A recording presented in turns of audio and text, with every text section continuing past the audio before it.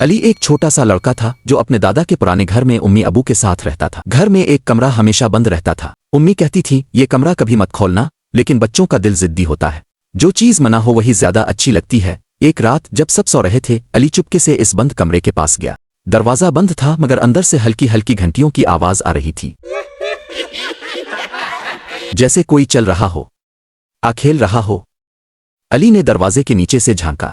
कमरे में सिर्फ एक चीज थी, एक बड़ी सी पुरानी सी अलमारी। अलमारी का एक पिट आहिस्ता आहिस्ता हल रहा था, जैसे अंदर कोई हो कोई बाहर आना चाहता हो। अचानक दरवाजा खुद ब खुद खिल गया। कमरे के अंदर सर्दी सी फैल गई। अली के हाथ ठंडे हो गए। वो धीरे धीरे अंदर गया, अलमारी की तरफ कदम बढ़ाए और जैसे ही इसने हाथ लगाया, अलमारी का दरवाजा जोर से खिल गया। अंदर अंधेरा था मगर एक छोटी सी बच्ची बैठी थी, बाल चेहरे पर सर झुका हुआ। अली ने पूछा, तुम कौन हो?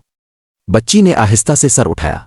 इसकी आंखें सारुख थीं, चेहरे पर मुस्कुराहट, लेकिन वो मुस्कुराहट खुशी की नहीं थी। बच्ची बोली, तुमने दरवाजा खोल दिया, अब तुम भी यही रहोगे हमेशा के लिए। अली चीखा मगर आवाज ना निकली। कमरा बंद हो गया। अगली सुबह घर वालों ने अली को बहुत ढूंढा मगर वो कहीं नहीं था। बस अलमारी का दरवाजा थोड़ा सा खुला हुआ था और अंदर से हल्की हल्की घंटियों की आवाज आ रही थी।